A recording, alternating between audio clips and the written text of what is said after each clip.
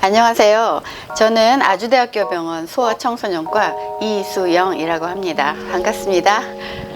제가 오늘 여러 분들과 말씀드릴 내용은 소아의 식품 알레르기에 관한 내용이에요. 자, 첫 번째 사연 어디 한번 함께 볼까요? 교수님 안녕하세요. 10살 아이를 둔 엄마입니다. 아이가 어느 순간부터 새우를 먹으면 온몸에 두드러기가 납니다.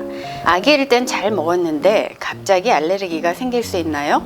어릴 때 전혀 문제가 없이 잘 먹다가 어느 날 서서히 혹은 갑자기 이렇게 생길 수가 있어요. 연령대별로 가장 흔한 원인이 너무너무 달라요. 그래서 이제 막 2세 이하다, 그러니까 영아 그리고 어린 유아인 경우에는 우유 계란이 70%를 차지해요, 원인에. 그리고 10% 정도가 밀가루예요. 그러니까 우유, 계란, 밀가루 이렇게 하면 벌써 80%를 차지하죠.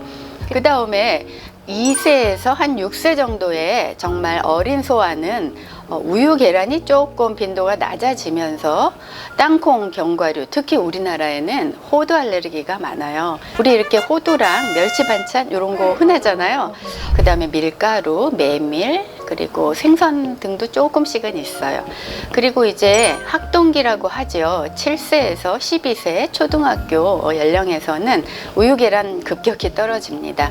그래도 가끔 있고요. 그래서 밀가루, 땅콩, 견과류, 그 다음에 뭐 갑각류, 과일, 생선 이런 것들이 골고루 분포하고, 청소년으로 가면 또 원인 식품이 성인과 비슷해져요. 갑각류 그리고 과일, 이게 이제 1, 2등을 차지하고, 그 외에 땅콩, 견과류 그리고 육류 이런 것들이 있는데 정말 너무너무 드물게 우유, 계란이 있어요. 어떤 반응이 나와야 알레르기를 의심을 해봐야 되는 거예요? 아주 명확히 꼭 짚을 수 있는 증상, 두드러기가 가장 흔해요.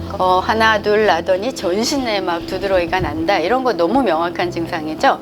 그리고 이제 입술이 이만큼 부었다, 그 다음에 기침하고 천식처럼 쌕쌕거리고, 혹은 구토를 막 반복적으로 하고, 심지어는 뭐 기절하는 경우도 있고요. 2개의 기관 이상의 증상이 동시에 나타날 때는 아나필락시스라는 중증 반응에 속합니다. 단독으로 먹은 어떤 식품, 우유 먹었다, 아니면 계란 먹었다, 새우 먹었다, 이렇게 명확한 경우 의심할 수가 있죠. 굉장히 쉽게. 대부분 먹자마자 뭐 5분, 10분 내에 두드러기가 심하게 나타나는 경우도 있고, 2시간 이내에 나타난 거는 거의 명확하게 연관이 있다라고 의사들이 이렇게 생각을 해요. 궁금했던 게 이제 엄마들이 아이가 아프면 다 엄마 내 잘못 같고 막 이러잖아요, 교수님. 그러면 애기한테 이게 유전이 되나요? 그럴까? 너무 많이 질문해 주시는 그런, 어쩌면 그렇게 똑같이 질문을 해 주시는지 모르겠는데, 이제 알레르기라는 질환은 다 아시다시피 뭐 알레르기, 비염, 천식, 아토피, 피부염, 식품 알레르기 이렇게 다 다양하잖아요. 근데 그런 알레르기 경향은 자녀에게 갈 수가 있어요. 잘 생기는 경향이죠. 알레르기 질환은 유전적인 경향과 그리고 환경적인 그런 요인들이 합쳐졌을 때 발병이 하는 거죠. 특히 이제 꼭 질문하시는 게, 새우계 알레르기가 엄마 아빠가 있는데 아이가 새우계 알레르기일 수 있어서 새우계를 검사해 주세요 그러시는데, 아까 말씀드렸지만 어머님, 아버님은 연령이 귀신이 생선과 갑각류가 흔하게 있는 거고, 아이는 우유, 계란이 있을 확률이 더 많습니다. 그래서 강조드리고 싶은 것은 어떤 식품이 꼭 찍어서 고게 그대로 뭐 아이에게 전달되는 그런 알레르기 질환은 아닙니다. 이제 2번째 사연을 들어보도록 하겠습니다. 저희 아들이 계란과 우유 알레르기가 있습니다. 단백질이 조금 문제인 것 같은데 단백질이 주로 알레르기인 것은 맞아요. 성장기에 도움이 되는 영양가 많은 음식들이잖아요. 아예 먹이지 말아야 하는지, 영양을 생각해서 먹여야 하는지 고민됩니다. 단백질, 특히 우유, 계란은 완전 식품이잖아요. 영양분 중에서 영양소가 비슷하게 들어있는 대체식품을 먹으면 됩니다. 그렇지만 마음이 아프시잖아요. 아, 왜 남들 다 먹는 우유, 계란을 내가 못 먹을까?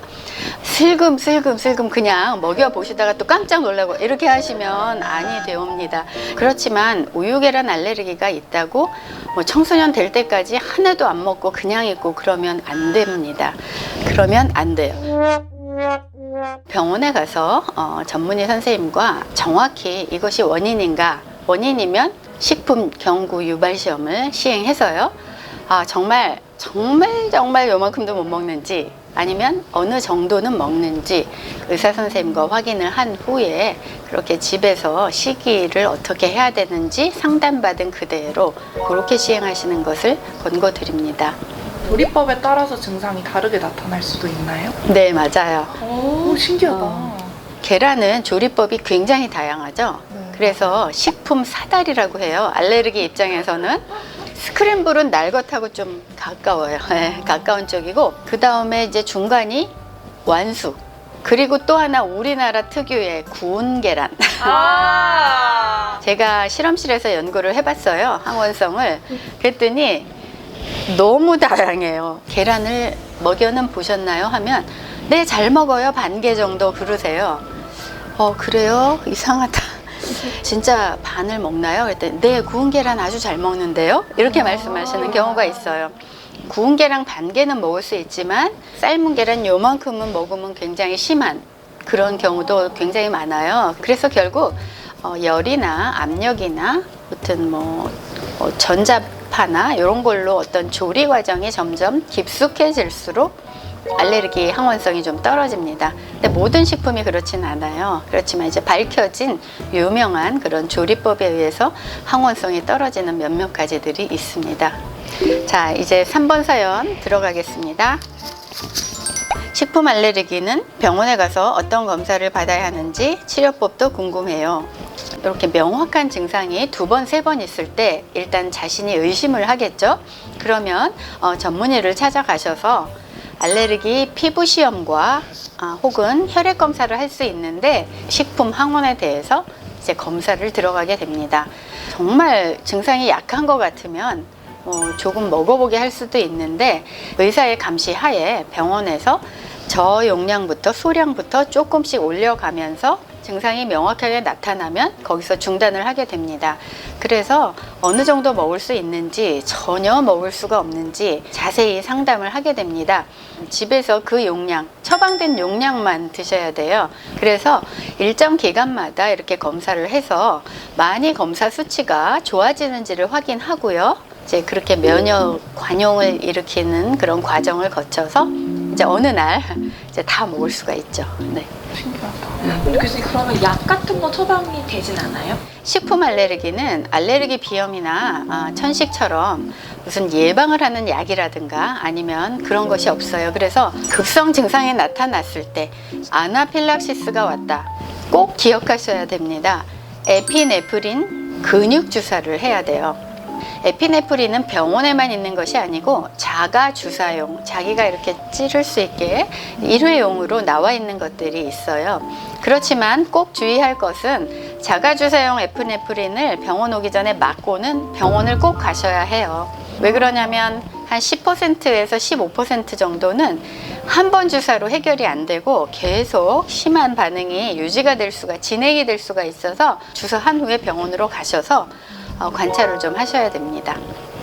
식품 알레르기 환자가 있으면 온 가족이 힘들잖아요. 일단 의심되면 병원에 와서 진단을 하고 확진된 식품에 대해서 또 의사 선생님하고 주기적으로 재검사를 한다든지 또 상담을 받아서 좋아지고 있음을 확인하면서 궁극적으로는 다 좋아질 수 있다는 마음을 가지고 그렇게 생활하셨으면 좋겠고요. 식품 알레르기 알고 관리하고 치료하면 걱정할 것이 없다, 이렇게 말씀드리고 싶습니다. 여러분 모두 건강하세요.